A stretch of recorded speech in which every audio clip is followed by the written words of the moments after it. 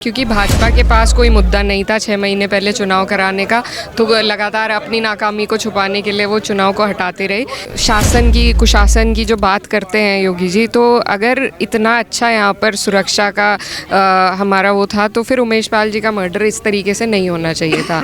तो ये सरकार की नाकामी रही है। गठबंधन अब एक सामाजिक तौर पर एक बुनाई में आ चुका है और बहुत मजबूत बन चुका है हमारा गठबंधन। तो इससे कहीं ना कहीं भाजपा डर रही है। उसी बौखलाहट के तहत यहाँ पर हमारे मुख्यमंत्री जी आए थे निकाय चुनाव में प्रचार करने, तो साफ उनका डर जाहिर है। लेकिन जिस तरीके से इस सरकार में एक जंगल राज फैलाने का काम हो रहा है, न्यायपालिकाओं का कोई सम्मान नहीं रहा है, संविधान और कानून सिर्फ कथनी तौर पर रह गई हैं चीज़ें, उस तरीके से पहले कभी हमने नहीं देखा है। नमस्कार, स्वागत है आपका न्यूज़ 31 इंडिया पर। मैं रजत शर्मा और अभी मौजूद हूँ शामली में आज योगी आदित्यनाथ जी भी आए और दूसरी तरफ आरएलडी, सपा और असपा यानी कि आज़ाद समाज पार्टी का भी गठबंधन जो है उसका कार्यालय का उद्घाटन किया गया है। उसी के लिए हमारे साथ में इकरा हसन जी हैं। आइए उनसे सीधा बातचीत करेंगे, क्योंकि मुनव्वर हसन जी की जो कि एक बेबाक और बेखौफ तरीके से अपनी राय रखते थे और समाज में कार्य करने के लिए वो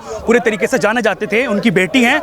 और नाहिद हसन जो कि 2022 चुनाव जेल से लड़े हैं और इकरा हसन जी ने उनका पूर्ण तरीके से साथ दिया है। वो मेरे साथ मौजूद है। इकरा हसन जी, बहुत बहुत स्वागत है आपका न्यूज़ 31 इंडिया पर जी।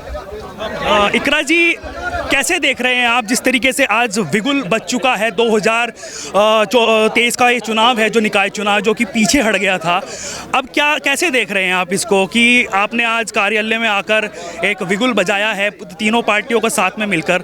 क्या लग रहा है, किस तरीके का माहौल अभी बना हुआ है? जी, बहुत अच्छा माहौल है हमारा चुनाव का, निकाय चुनाव का। और शुरू से ही अच्छा माहौल था, क्योंकि भाजपा के पास कोई मुद्दा नहीं था 6 महीने पहले चुनाव कराने का, तो लगातार अपनी नाकामी को छुपाने के लिए वो चुनाव को हटाते रहे। लेकिन गठबंधन तब भी मजबूत था और आज भी मजबूत है और यहाँ पर जीतने का काम करेगा गठबंधन। इकरा हसन जी, आपकी भी बात चलती है जिस तरीके से आपकी लोकप्रियता का अगर देखा जाए, हम टीआरपी बोलते हैं, आपका प्यार और लोकप्रियता बोली जाएगी। एक इकरा हसन जी 2022 में जो चुनाव लड़ा गया उसका एक स्टार प्रचारक बन गई हैं समाजवादी पार्टी का। और जिस तरीके से योगी जी आए, योगी जी ने आकर बड़े बड़े बयान दिए। उन्होंने कहा कि यहाँ पर कुशासन था उसको सुशासन में तब्दील किया है, यहाँ पर गुंडागर्दी होती थी, कर्फ्यू लगते थे। उस पर क्या कहना होगा? क्या समाजवादी पार्टी की अगर हम बात करें, इस टाइम पे समाजवादी पार्टी और बसपा भी हुआ करती थी, क्या कहेंगे उसको लेकर जिस तरीके से उन्होंने बयान किया? कुशासन और कर्फ्यू की बात जो उन्होंने कही है, मुझे नहीं लगता उसमें ज़रा भी सच्चाई है। यहाँ पहले भी कभी कर्फ्यू नहीं लगे हैं, हमारी सरकार में भी कर्फ्यू नहीं लगे हैं। तो उनकी जो कथनी और करनी है उसमें शुरू से ही फ़र्क रहा है। खाली वो आकर समाज में एकता का संदेश देने के बजाय वो सिर्फ डर फैलाने का काम करते हैं, एक लोगों का जो भाईचारा है उसको तोड़ने का काम करते हैं। प्रोपेगेंडा के तहत सारी भाषणबाजी होती है, तो वही चल रही थी। मुझे नहीं लगता इससे धरातल पर कोई भी फर्क पड़ेगा। मैम, जिस तरीके से बात कर रहे थे, पहले भी उन्होंने बयान दिया था मई और जून में मैं शिमला बना देता हूँ। पहले आरएलडी और सपा का गठबंधन हुआ तो तीनों सीट जो हैं विधानसभा की वो शामली में जीत गए। लेकिन अब पहले अमित शाह जी ने यहाँ पर कैंपेन किया डोर टू डोर, अब योगी जी आए हैं, तो क्या उससे प्रभाव नहीं पड़ेगा? क्या आरएलडी, सपा और असपा की बात अगर हम कर ले, क्या उनके प्रत्याशी पीछे रह जाएंगे? देखिए, पहले भी इस तरह की बयानबाजी हुई थी और अगर आप रिकॉर्ड उठाकर देखेंगे तो 2022 के चुनाव पर इसका कोई भी प्रभाव नहीं पड़ा था और उसी तरीके से अब भी नहीं पड़ेगा, क्योंकि अब ये जो हमारा गठबंधन है ये अब एक सामाजिक गठबंधन बन चुका है, जिसको तोड़ना मेरे हिसाब से अब बहुत मुश्किल हो गया है। उसी की बौखलाहट में यहाँ पर अब नेता, बड़े बड़े नेता भाजपा के आ रहे हैं एक निकाय चुनाव के लिए। ऐसा पहले हमने नहीं देखा था। ये सिर्फ़ और सिर्फ इस भाईचारे के खौफ में ऐसा हो रहा है कि उन्हें अब डर लग रहा है, क्योंकि अब भाईचारा जो हमारा है वो गठबंधन सिर्फ पार्टियों का नहीं रहा है, सामाजिक तौर पर बहुत मजबूती के उससे बन चुका है। इकरा जी, अगर हम बात करें जैसे गठबंधन हुआ और उधर माफिया की बात करते हैं कि मिट्टी में मिला दिए जाएंगे, उन्होंने सदन में कहा ये चीज़ें, तो आपको सही लगता है कि जो माफिया गिरदी करते थे, जो माफिया अतीक अहमद की अगर हम बात कर ले, अशरफ अहमद की बात कर ले, एनकाउंटर हुआ वो एक कानून के दायरे से किया गया, लेकिन अगर हम बात कर ले जिस तरीके से हत्या हुई अतीक की और अशरफ की, उसको कैसे देखते हैं आप? जी देखिए, ये सब न्यायपालिकाओं का काम है। हमारा जो डेमोक्रेसी का थर्ड पिलर है वो न्यायपालिका है, और सबसे अहम पिलर मैं कहूँगी। तो अगर उनका काम भी सत्ता पक्ष के लोग करने लगेंगे तो देश में, प्रदेश में न्यायपालिकाओं की ज़रूरत ही नहीं रहेगी। तो उसी के तहत ये सब वारदात हो रही है। और शासन की, कुशासन की जो बात करते हैं योगी जी, तो अगर इतना अच्छा यहाँ पर सुरक्षा का हमारा वो था, तो फिर उमेश पाल जी का मर्डर इस तरीके से नहीं होना चाहिए था। तो ये सरकार की नाकामी रही है कि वो मर्डर हुआ, उसके बाद इस तरीके से दोबारा पुलिस के बीच में जिन लोगों ने भी मर्डर किया, तो इसमें सरकार की ही नाकामी रही है। जो फैसला है वो न्यायपालिका को करना था, और कानून की सम्मान हम तभी मानेंगे। इससे थोड़ा पीछे चला जाता हूँ। जब राजू पाल की हत्या करी गई पे गुंडागर्दी बढ़ नहीं रही थी, क्योंकि माफिया जो अतीक अहमद थे उनके ऊपर 100 से ज़्यादा मुकदमे थे। वो 17 साल की उम्र में उन्होंने मर्डर कर दिया था। तो मैम उस टाइम पे क्यों संज्ञान नहीं लिया जा रहा था जब सपा की सरकार? ऐसा बिल्कुल भी नहीं है। जो मुकदमे लगे थे वो उसी टाइम के लगे हुए हैं। अगर ऐसा होता कि संज्ञान नहीं लिया जा रहा था तो मुकदमे लगते ही ना। तो मुकदमे लग रहे थे, न्यायपालिकाएं अपना काम कर रही थी।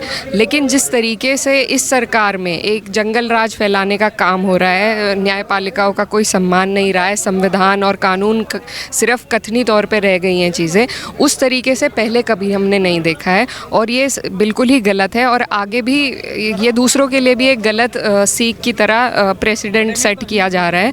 तो इससे हम एक मजबूत डेमोक्रेसी का संदेश नहीं दे रहे हैं देश में। हम एक, अगर हम बात कर ले, पलायन की बात बार बार चलती है, बार बार आकर नेता यहाँ पर पलायन की बात करके चले जाते हैं। वो पलायन जिसमें नाहिद हसन के बारे में बातचीत उठी, और नाहिद हसन आपके भाई हैं, आपने उनको जेल में रहते हुए भी जिता दिया।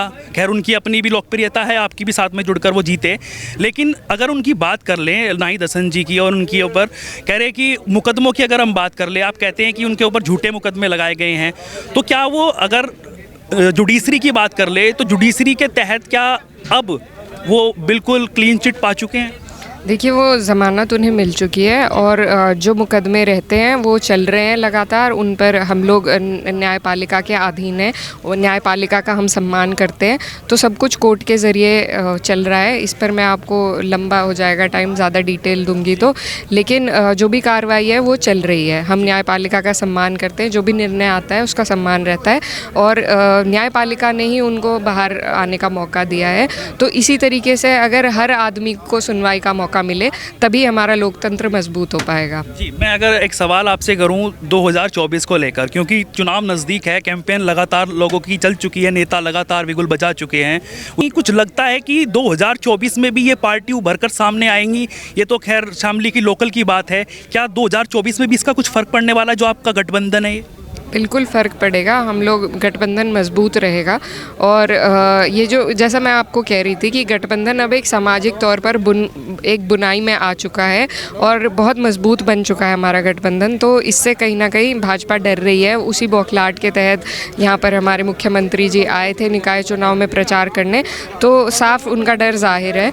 और आगे भी गठबंधन मजबूत रहेगा और जीतने का काम करेगा। मैम इकरा जी, आप फेस हैं, आपकी टीआरपी है, मैं दोबारा रिपीट कर रहा हूँ, आप लोकप्रिय हैं, क्या 2024 में चुनाव लड़ेंगे?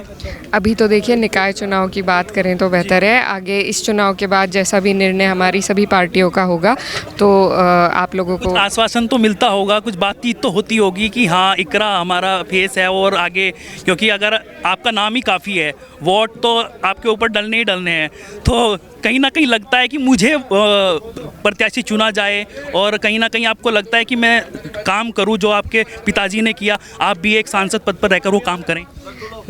जी बिल्कुल, हम लोग लगातार लोगों के बीच में मौजूद हैं, संघर्ष कर रहे हैं। और अगर जो हमारे बड़े नेता हैं उनको वो ठीक लगा, तो वो जैसा उनका निर्णय होगा उस हिसाब से आगे चुनाव लड़ने से कोई संकोच नहीं है। लगातार लोगों के बीच में तो कोई संकोच नहीं है, बस क्योंकि कई पार्टियों का गठबंधन है, तो इसलिए जैसा निर्णय तय होगा आप लोगों के बीच में आ जाएगा। मैम आपने जुडिशरी की पढ़ाई की है, आप लॉयर हैं, तो क्या कहना चाहेंगे जिस तरीके से नाहिद हसन की अगर हम बात कर ले, मीडिया के सामने नहीं आ रहे हैं, तो मीडिया उनसे सवाल करना चाहती है, पूछना चाहती है, क्योंकि कहीं ना कहीं एक आरोप लगता है मीडिया के ऊपर कि एक तरफ का दिखाते हैं, लेकिन हम कोशिश करते हैं बातचीत करने की।